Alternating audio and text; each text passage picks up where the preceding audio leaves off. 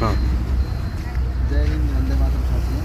आज मैं एक डेमोस्ट्रेशन देने जा रहा हूँ जो कि अपना प्रोडक्ट है, मोदी के प्रोडक्ट है, मल्टी पर्पज़ है, माइटी इन वन।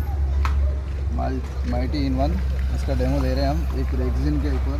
जैसे कि ये सीट बहुत गंदी है, ये एकदम पूरी ब्लैक ब्लैक दिख रही है। इसको अब हम 2 ही मिनट के अंदर क्लीन करेंगे। जैसे कि अभी मैं ये यूज़ कर रहा हूँ।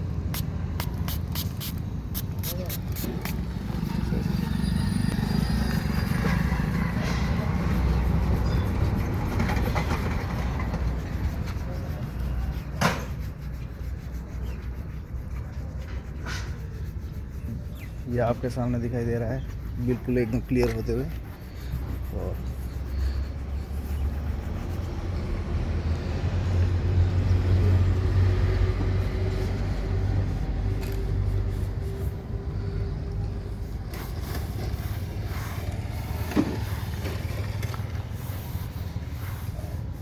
एकदम क्लीन કેવું લાગ્યું? થઈ ગયું ને? એકદમ કેટલા મિનિટ લાગે? 1 મિનિટ બી નહીં લાગ્યો આપણને, બરાબર?